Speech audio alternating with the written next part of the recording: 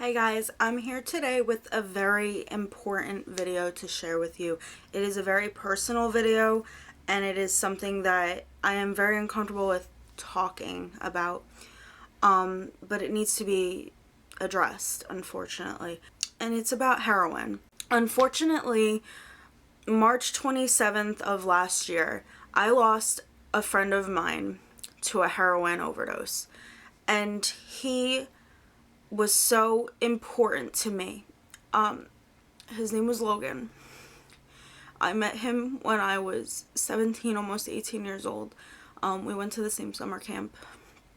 He was such a sweet person. So full of life, full of humor. He was just such a nice person to be around. He was so sweet. He was one of the sweetest people I think I've ever met. This is going to be very difficult for me to talk about. I'm sorry, but I need to talk about it. He was dealing with addiction throughout his life. Not his life, but like since he was really young. He died at the tender age of 22. He lived about an hour away from me when we figured out how far away we lived from each other. I hadn't seen him since I was 18, so he's a couple years younger than I am.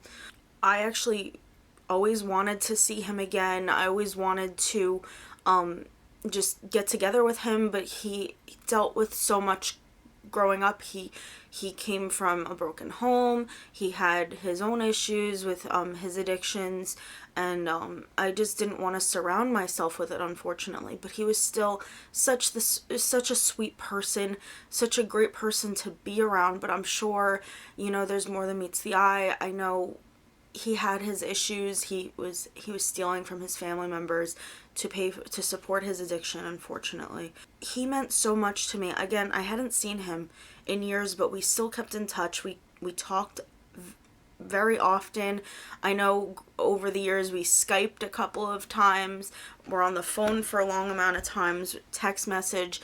The last year of his life, we got in contact again because we had a falling out, and I think it was due to a girlfriend he was dating, and just so happened that I guess she got a hold of his Facebook and deleted a bunch of the girls that he was friends with on there. And eventually I kind of tried to reach out to him, everything like that, and he was doing well and living in a halfway house, trying to remain sober. And he was, and at some point he was able to move in with his dad again. And unfortunately, he fell in again with the wrong crowd. I remember keeping in touch with him, and I'm like, Logan, what are you doing? I was like, I used to tell him all the time, I think that he was one of the sweetest people I've ever met, somebody who I always thought would accomplish a lot in life. And unfortunately, he never got a chance to do that. Obviously, I didn't keep in touch with anybody else that was really close to him. I think out of everybody I went to summer camp with, I kept in touch with him the most.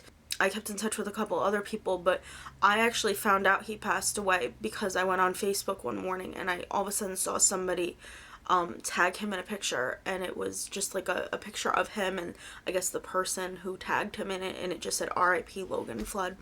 And I was just like, no, please tell me this is a bad dream.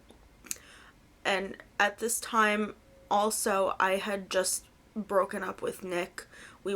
I never addressed this again because it was pointless, but Nick and I did break up for a very short amount of time. So dealing with me being broken up with Nick and finding out that a friend of mine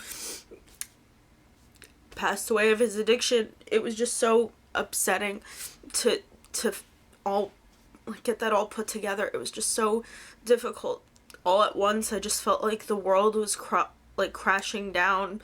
But in that time, I decided to reach out to his mom and his dad on Facebook, and I extended my condolences, and I explained I'm not sure if I was ever mentioned, but I used to talk about Logan all the time to my friends. I used to say what a sweet person he was, and it's unfortunate I never got to see him again. I actually wasn't able to get off of work one night to go to his his memorial. They didn't have like a wake, a funeral. They just had like a little memorial service, and I would have loved to go to that, but I wasn't able to get off of work that day. It was really upsetting. But also within that time, I also found that a local filmmaker by me was creating a movie about how heroin is in this area. New Jersey has had so many deaths from heroin addiction, like heroin overdoses, things like that, and it's just so common in this area, and it's like in the tri-state area, which is Connecticut, New York, and New Jersey.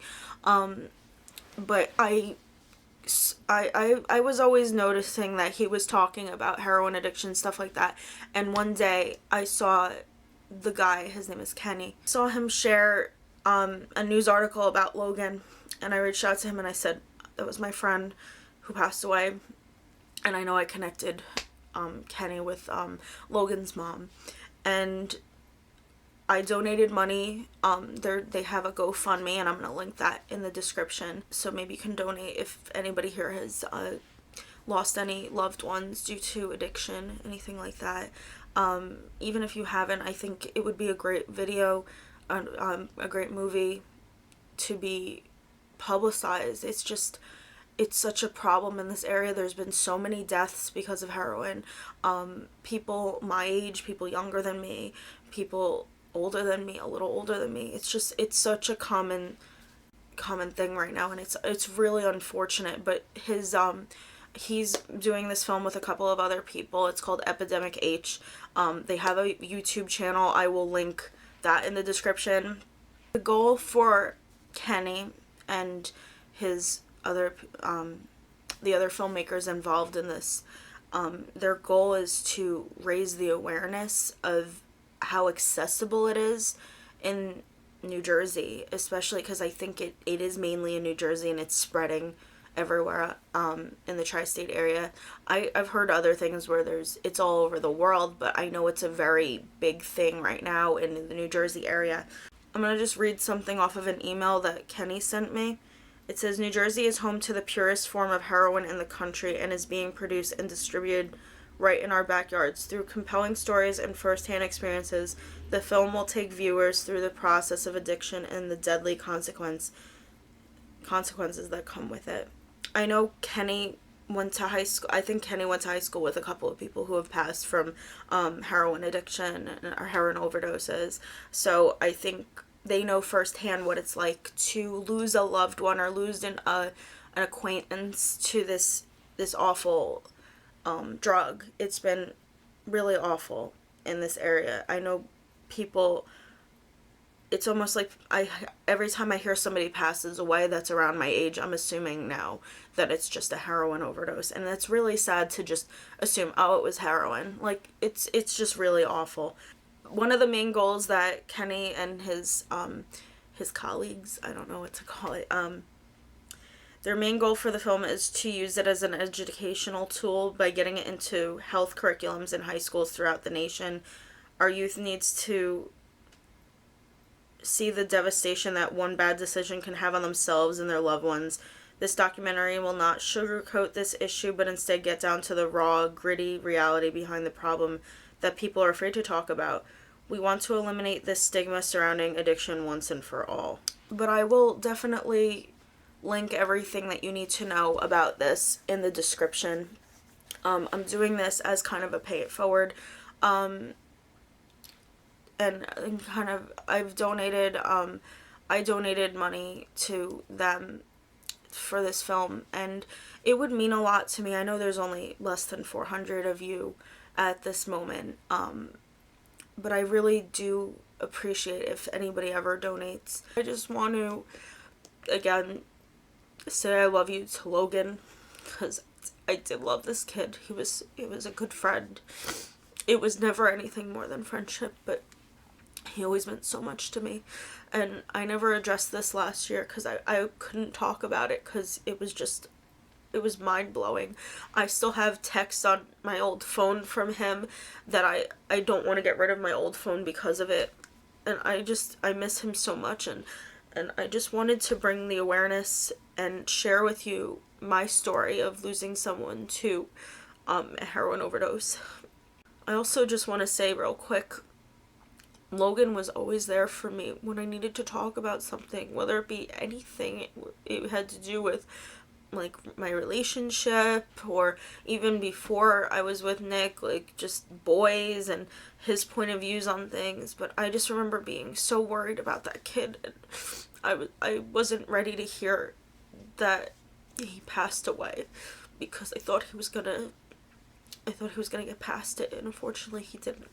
But my heart goes out all the time to his family, who his mom and his dad and his brother have been very strong through this whole thing, and his mom was not afraid to tell the media that that's how he passed, or like the local papers. She didn't want to hold off on it because she thinks it was important that it was addressed that he was dealing with addiction. I really hope that you guys check out EpidemicH. I think it's very important to get into and fund. It's an important thing, and I hope you guys enjoyed this video, and I'm sorry that it's not like how my other videos are. I'm very sad. I didn't really put much makeup on because I knew I was gonna start crying, but I love you guys, and I hope you really go check out EpidemicH. It's really important. Alright, love you.